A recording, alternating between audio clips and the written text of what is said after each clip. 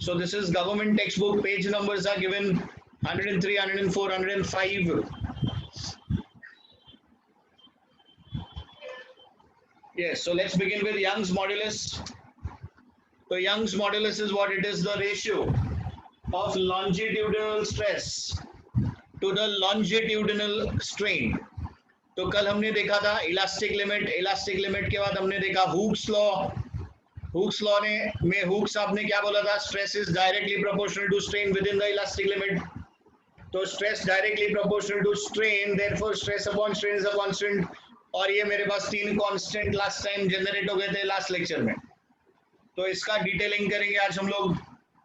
पहला वाला Young's modulus given by capital Y. It is the ratio of longitudinal stress to the longitudinal strain. So longitudinal stress to the longitudinal strain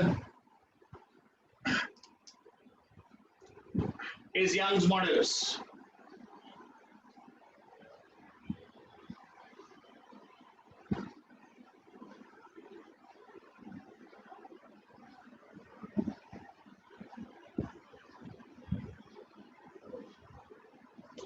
So L stress upon L strain. Stress is force upon area and strain is L by L. तो हम लोग ने दोनों के respective फॉर्मूले substitute कर दिए.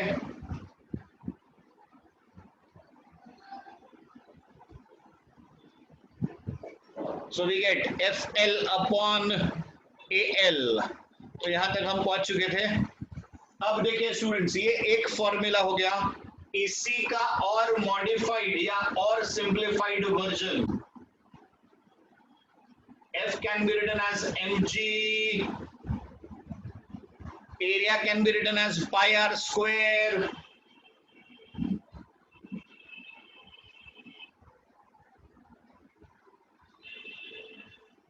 इस चैप्टर का सबसे ज्यादा यूज्ड फॉर्मूला है ये. इस चैप्टर का सबसे ज्यादा यूज्ड फॉर्मूला है ये. Young's modulus is mgl upon pi r square small है. बोलिए, डेरिवेशन समझ में आ रहा है सबको? किसी को डेरिवेशन में कोई doubt? No sir. Okay, no sir. चलिए, बहुत बहुत धन्यवाद. Let's begin further units. देखिए, हर एक आंसर 2-2 मार्क्स. तो इसका यूनिट्स क्या होगा? न्यूटन पर मीटर स्क्वायर या फिर डाइन पर सेंटीमीटर स्क्वायर. अब यूनिट्स और डायमेंशंस एक्चुअली एक साथ में भी कर सकते हैं, वो तीनों के लिए कॉमन है.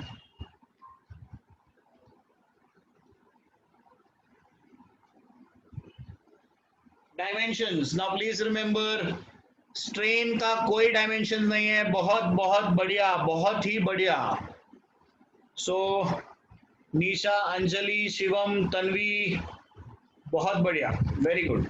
So it is L-1, M1, T-. Now this part will remain the same in all the 3 answers. Very good Taiba. तो स्टूडेंट्स देखिए, जब भी आप याद करते हो स्ट्रेन डायमेंशनलेस. यस बेटा, यस, स्ट्रेन इज डायमेंशनलेस. तो जो भी रहेगा वो स्ट्रेस का ही है, और स्ट्रेस का जो डायमेंशंस है वो यही है. तो ये वाला part is common to all. That means अपने को यही सीखना है. और ये भी अगर अपन ने पहले वाले लेक्चर्स अच्छे से सुने हैं, अगर अपने को स्ट्रेस और स्ट्रेन समझा है, तो ये कोई डिफिकल्ट नहीं है. चलिए, let's move on to the next one, bulk modulus. So bulk modulus, it is the ratio of volume stress to the volume strain. तो पहला पॉइंट हो गया अपना डेफिनेशन. डेफिनेशन के बाद आएगा उसका derivation.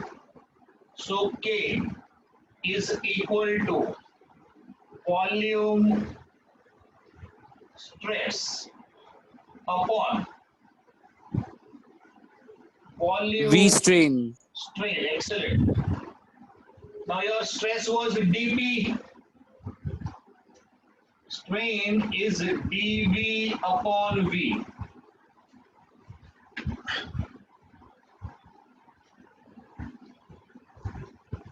So therefore K is equal to VdP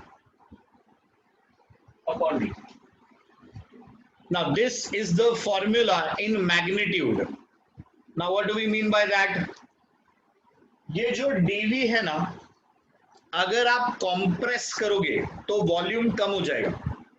तो अगर आप V2 माइनस V1 dV आप निकालोगे, V2 माइनस V1 करोगे तो नेगेटिव आएगा. अगर आप इसको स्ट्रेच करोगे या एक्सपैंड करोगे तो आपका dV पॉजिटिव आएगा. But since we have given the name modulus of elasticity, ये जो फर्स्ट केस है उसमें भी टेंसाइल है तो लेंथ बढ़ेगा, कॉम्प्रेसिव है तो लेंथ कम हो जाएगा, तो ये चीज नेगेटिव आएगा. बट हम यहाँ पर नेगेटिव लेते ही नहीं, we only consider the magnitude. इसीलिए नाम है मॉड्यूलस ऑफ इलास्टिसिटी, क्योंकि मॉड्यूलस में जब भी आप कुछ डालोगे तो उसका आंसर हमेशा पॉजिटिव होके ही बाहर आता है. तो देखिए ये हो गया आपका K. Units and dimensions will remain the same. अब आप सोचना चाहिए कि यार इतना जगह मैंने क्यों छोड़ा है, क्योंकि इसके साथ साथ K के साथ में एक और टर्म आपको सीखना है जिसका नाम है कॉम्प्रेसिबिलिटी.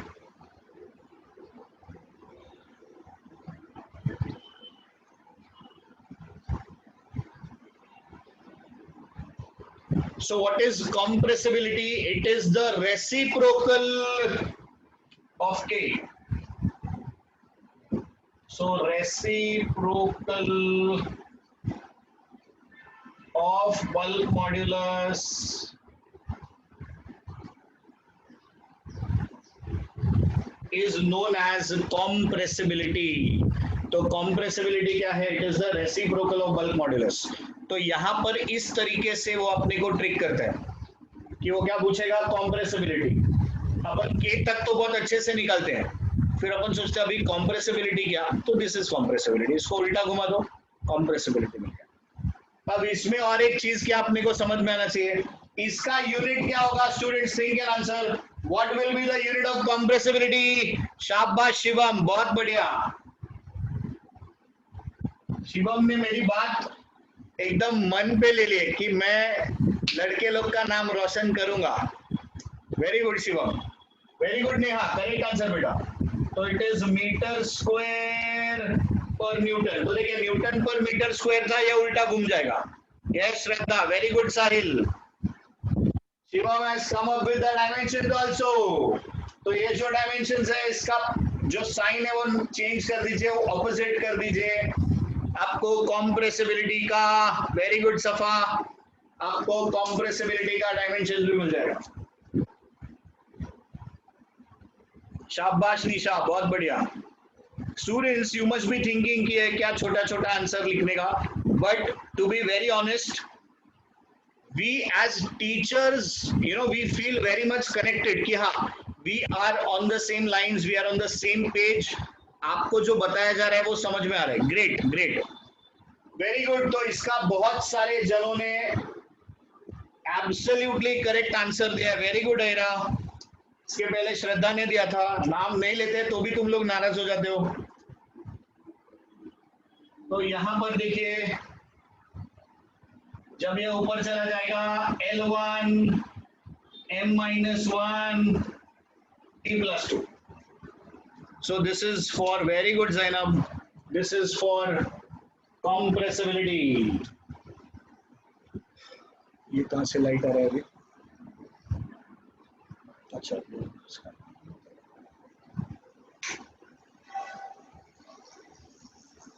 okay, great. चलिए, let's move on to the third one, students, which is the modulus of rigidity. So modulus of rigidity, देखिए 2 बार आप कर चुके हो, वही चीज हम तीसरी बार करने जा रहे हैं। तो मॉड्यूलस ऑफ रिजिडिटी क्या होगा? पहला step definition, so it will be the ratio of shear stress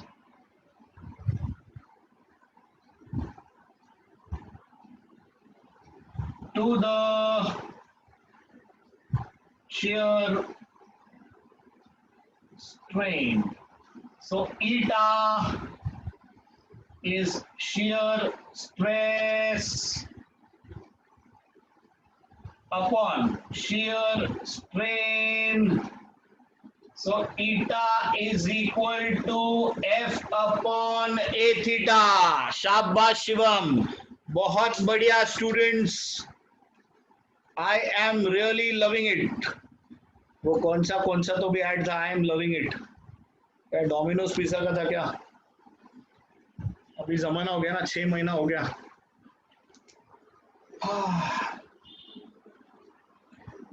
McDonald's, हाँ, अरे हाँ, उसका मैकडी, थैंक यू। ये लॉकडाउन की मेहरबानी है। So eta is equal to F upon A theta. तुमको मेरा ऐसा देख के समझ में आता होगा ना कि कितना मैं बहुत खाता पीता आदमी हूँ।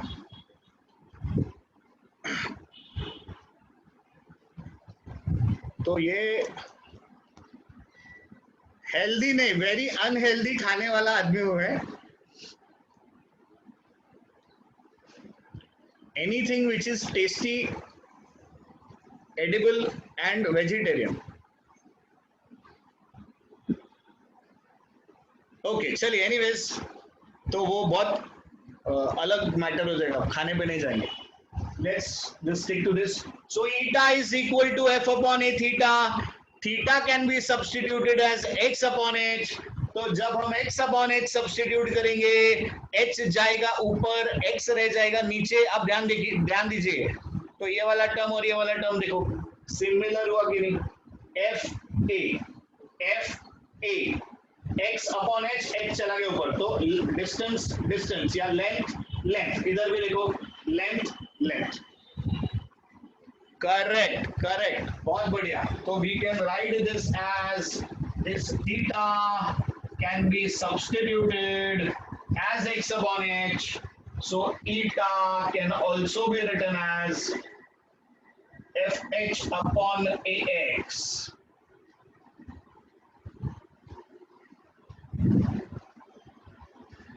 Again, units and dimensions remain the same for all the three.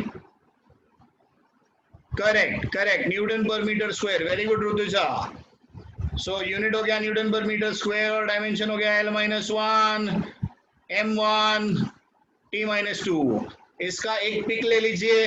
देखिए आपके 3 आंसर्स एक साथ में आपने खत्म कर लिया।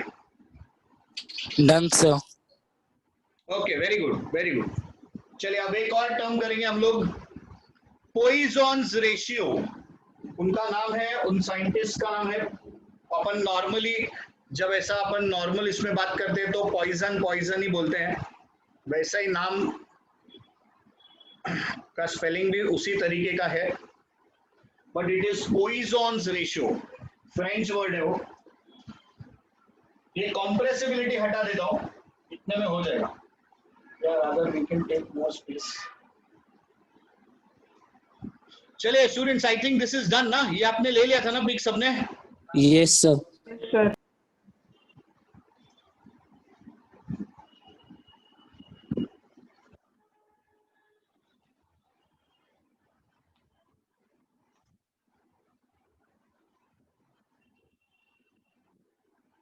ओके, तो जो पॉइजन साहब ने बात बोला वो बात बहुत सही था।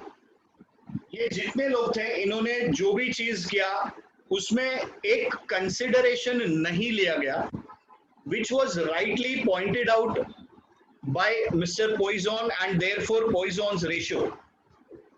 तो Poisson's ratio जो है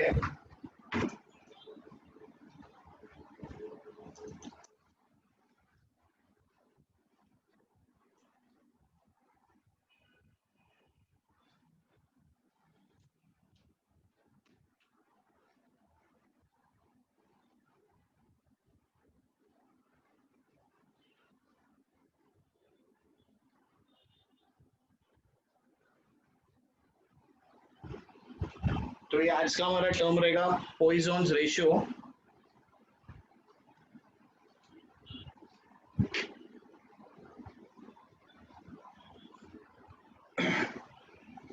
ओके स्टूडेंट्स, तो देखिए पॉइजन्स आपने क्या बोला कि आपके पास में एक वायर है। Now this is an enlarged view, हम एक एनलार्ज्ड व्यू में देख रहे हैं इसको, so that we can understand it well. तो अपने पास में एक वायर है, ठीक है। सो ये अपने पास एक वायर है, इसका ओरिजिनल लेंथ, इसका original diameter, so let's say this is the original diameter d। अब जब हम यंग्स मॉड्यूलस वाला काम करते हैं तो उसमें हम क्या बोल रहे हैं कि हम बॉडी को खींच रहे हैं, हम बॉडी को स्ट्रेच कर रहे हैं। तो जब आप बॉडी को स्ट्रेच करोगे तो आपने क्या किया, आपने बॉडी के ऊपर फोर्स अप्लाई किया and you are stretching this body. तो ये बॉडी में हो गया extension. So what Poisson said is कि बॉस आप लेंथ बढ़ाओ, ठीक है, मुझे उसमें कोई प्रॉब्लम नहीं है, बट जब भी आप लेंथ बढ़ाओगे तो उसका जो डायामीटर है वो डायामीटर कम हो जाना चाहिए। अब अगर सपोजिंग मेरे पास में ये बॉटल है तो इसको, ये इसका डायामीटर है, अगर मैं इसको ऐसा लंबा कर दूं तो क्या इसमें ज्यादा इंक आने लगेगा? नहीं, इसका जो क्वांटिटी रहेगा that will remain the same. तो इसका वॉल्यूम अपने आप नहीं बढ़ सकता। आप क्या कर रहे हो, आप लेंथ तो बढ़ा रहे हो, डायामीटर में कोई चेंज नहीं दिखा रहे हो, मतलब बॉडी का वॉल्यूम बढ़ा रहे हो आप, which is not practically possible. So whatever he came up with was actually technically एकदम करेक्ट, बट ये क्या था, ये कन्वीनियंस का काम था, इजी वाला काम था। सो वहां पर फिर Poisson's ratio came into existence. तो देखिए उन्होंने बोला कि आप लेंथ बढ़ाओ, बट जब आप लेंथ बढ़ाते हो तो आप क्या करो, तो आप डायामीटर को थोड़ा सा कम करो, या डायामीटर कम होगा। So that change also needs to be considered. So he said कि भाई आपने देखो लेंथ बढ़ाया, so there will be some change in the diameter. चलिए फटाफट नाम बताइए। What does L stand for? What does D stand for? What is L? Original length. Original length, absolutely. So this is original length, very good. Diameter हो गया original diameter. Small l, what is small l? Extended length. Okay, it is the change in length. Change in length. What is small d? It is change in diameter. Yes, आ रहा है समझ में? हाँ, delta D लिख सकते हैं। Yes, you can write delta d also, triangle d. That is entirely your call. अब देखिए, अगर आप इसको कैपिटल डी लिख रहे हैं, इसको स्मॉल डी लिख सकते हैं। बहुत सारे बुक्स में आपको ये स्मॉल डी दिखेगा, ये स्मॉल डी लिखेंगे तो इधर ऐसा ट्राइंगल ऐसा लिखेंगे। So students, that is entirely up to your understanding. Concept समझ लीजिए, बाद में सिंबल्स का जो काम है वो अपने ऊपर है, वो अपन अपने कन्वीनियंस के हिसाब से या जिस तरीके से अपने को अच्छा लगता है याद रखने के लिए वो कर सकते हैं। सो एल हो गया ओरिजिनल लेंथ, डी हो गया original dia, change in length, change in dia. तो अब देखिए हम लोग कौन सा टर्म कैलकुलेट कर सकते हैं।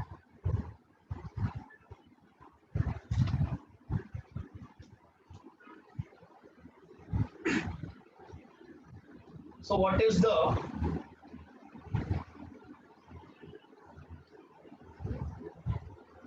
longitudinal strain? So we can say L upon L. So L upon L represents the longitudinal strain. अब यहाँ पर एक और हम नया टर्म सीखेंगे जिसका नाम है लैटरल स्ट्रेन। तो भाई ये लैटरल स्ट्रेन क्या होगा? लैटरल का मतलब साइडवेज, लैटरल इज साइडवेज। ये लेंथ वाइज हो गया, तो ये आपका जो साइड वेज या विड्थ वाइज हो गया वो आपका lateral strain. So lateral strain will be d by d. Change in diameter. Very good, Nisha. It is change in diameter upon original diameter. ठीक है, तो ये दो टर्म्स हमने निकाल लिया. अब पॉइसन साहब क्या बोलते हैं देखिए. सो पॉइसन्स ratio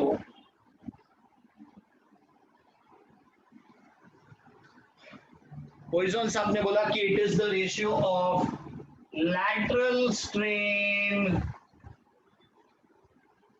to the longitudinal strain. अभी क्या, क्योंकि दोनों LS है तो सेम टू सेम नहीं लिख सकते. सो lateral strain upon the longitudinal strain. ये देखिए इसका सिंबल था सिग्मा. अभी बहुत सारे जन जिन्होंने मैथ्स में कभी बाई चांस देखा होगा, ये भी सिग्मा है. Linear and longitudinal are same. Yes, Anjali. Linear means lengthwise. Longitudinal is also long length. Linear का दूसरा वर्ड या longitudinal के लिए दूसरा वर्ड होता है transverse, है ना. तो ये है अपना symbol sigma. This is sigma. छोटा सिग्मा, बड़ा sigma.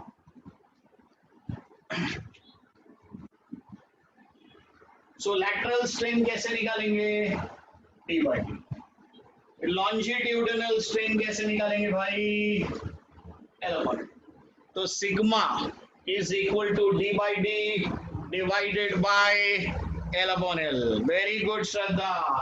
So therefore sigma is equal to, अभी इसको अल्टी पल्टी कर लो तो आपके पास आ जाएगा dl upon dl.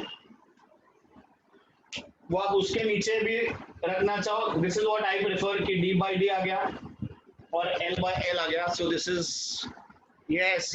So it is dl upon dl. Correct. So this is Poisson's ratio. PR is Poisson's ratio. PR.